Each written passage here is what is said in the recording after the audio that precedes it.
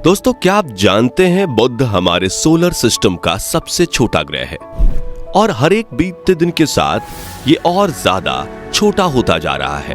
और क्या आपको पता है, जुपिटर यानी बृहस्पति आकार में इतना बड़ा है कि इसके अंदर हमारे सौर मंडल के बाकी सभी ग्रह 2 बार समा सकते हैं। हमें यकीन है आपको ये बातें पहले से पता नहीं होंगी। इसका कारण यह है कि पूरे सौर मंडल में सिर्फ पृथ्वी ही हमारा ग्रह है और हम बस इसी के बारे में जानते हैं। लेकिन क्या आपने कभी सोचा है कि सौर मंडल के बाकी ग्रहों की जमीन, वहां का वायुमंडल, हवा, पानी और तापमान कैसा है और इन अलग अलग ग्रहों से हमारा सूर्य कैसा दिखाई देता है? आज हम आपको सौर मंडल के सभी ग्रहों की एक ऐसी सैर कराने वाले हैं जिसके बाद आप इन्हें कभी भूल नहीं पाएंगे।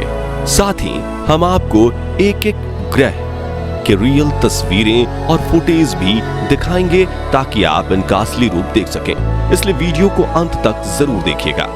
दोस्तों, हमारे सौर मंडल में कुल 8 ग्रह हैं जिनके नाम मरकरी बुध, वीनस शुक्र, अर्थ पृथ्वी, मार्स मंगल, जुपिटर बृहस्पति, सैटर्न शनि, यूरेनस अरुण और नेपच्यून यानी वरुण है। चलिए अब एक एक करके इन सभी प्लैनेट्स की सैर पर चलते हैं।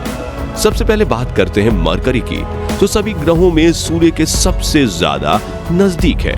मरकरी सूर्य से सिर्फ 58 मिलियन किलोमीटर दूर है और इसका अपना कोई वायुमंडल नहीं है। इसकी सतह चांद की तरह गड्ढों से भरी हुई है और ये कोई ऐसे वैसे मामूली गड्ढे नहीं है, बल्कि उल्कापिंड और धूमकेतु के गिरने से बने हैं। ये गड्ढे आकार में कई किलोमीटर तक लंबे और चौड़े गहरे भी हैं।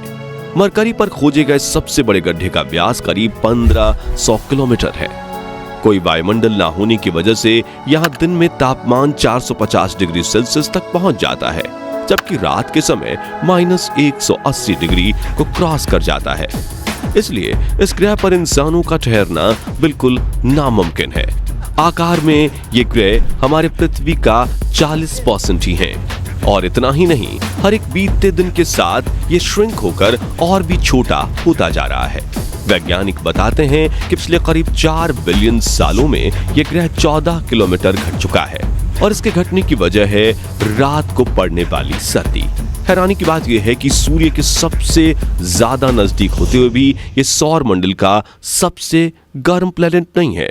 चलिए अब चलते हैं हमारे सोलर सिस्टम के दूसरे ग्रह शुक्र यानी वीनस की तरफ, जो सूर्य से 108.2 मिलियन किलोमीटर दूर है।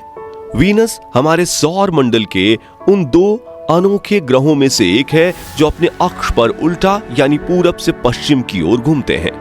ये हमारे सौर मंडल का सबसे गर्म ग्रह है और इसका वायुमंडल सल्फ्यूरिक एसिड के बादलों से बनी कई किलोमीटर मोटी परतों से ढका रहता है। इसके वायुमंडल में मुख्य रूप से कार्बन डाइऑक्साइड मौजूद है, जिसकी वजह से ग्रीन हाउस गैस इफेक्ट बनता है और सूर्य की गर्मी वायुमंडल में कैद होकर रह जाती है। यही वजह है कि इस ग्रह का तापमान 464 डिग्री सेल्सियस को टच कर जाता है। वीनस ग्रह पर कई सारे सक्रिय ज्वालामुखी मौजूद हैं और इसकी सतह भी बड़ी चट्टानों और ज्वालामुखी से निकले लावा से मिलकर बनी है। यहाँ का वायुमंडलीय दबाव पृथ्वी की तुलना में 90% ज्यादा है। इसका मतलब ये है कि यहाँ पर चलना हमें ऐसा महसूस होगा जैसे हम समुद्र के कई किलोमीटर नीचे चल रहे हों। यही वजह है कि इस ग्रह पर भेजा गया कोई भी मिशन या स्पेसक्राफ्ट ज्यादा समय तक सरवाइव नहीं कर पाता। साथियों, वीनस के बाद बारी आती है हमारी पृथ्वी की, जो सौर मंडल का अकेला ऐसा ग्रह है जिस पर जीवन संभव है। क्योंकि हम अपनी पृथ्वी के बारे में सब कुछ पहले से ही जानते हैं, इसलिए चलिए इसकी बात हम नहीं करते। तो पृथ्वी के बाद बारी आती है मंगल यानी मार्स की। इस प्लेनेट की सतह और मिट्टी लाल रंग की है और स्पेस से देखने पर यह लाल रंग की गेंद के जैसा नजर आता है, इसलिए इसे रेड प्लेनेट भी कहते हैं। पृथ्वी के बाद मंगल ही एक ऐसा ग्रह है जिस पर हम इंसानों को जीवन के पनपने की सबसे ज्यादा उम्मीद है। यहाँ की जमीन में आयरन की मात्रा बहुत अधिक है और यही इसकी धूल और मिट्टी में भी पाया जाता है।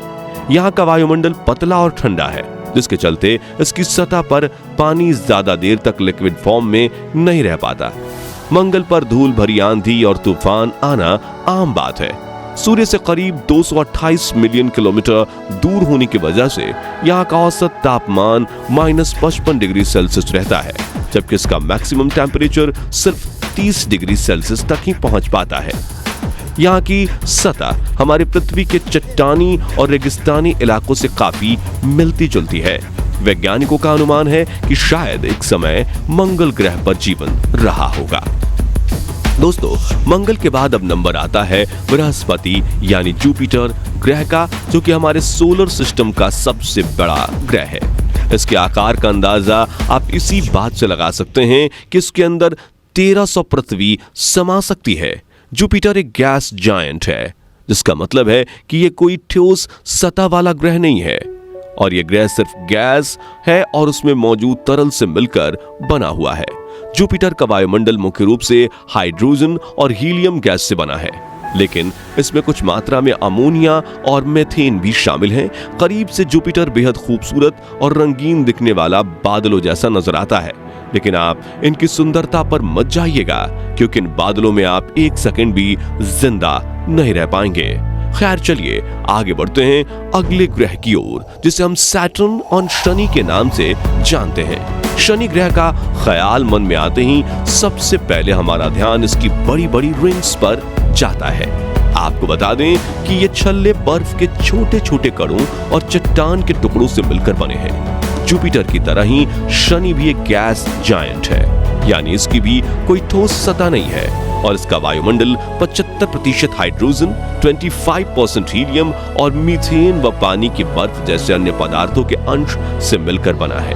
जुपिटर के बाद शनि हमारे सौर मंडल का दूसरा सबसे बड़ा ग्रह है।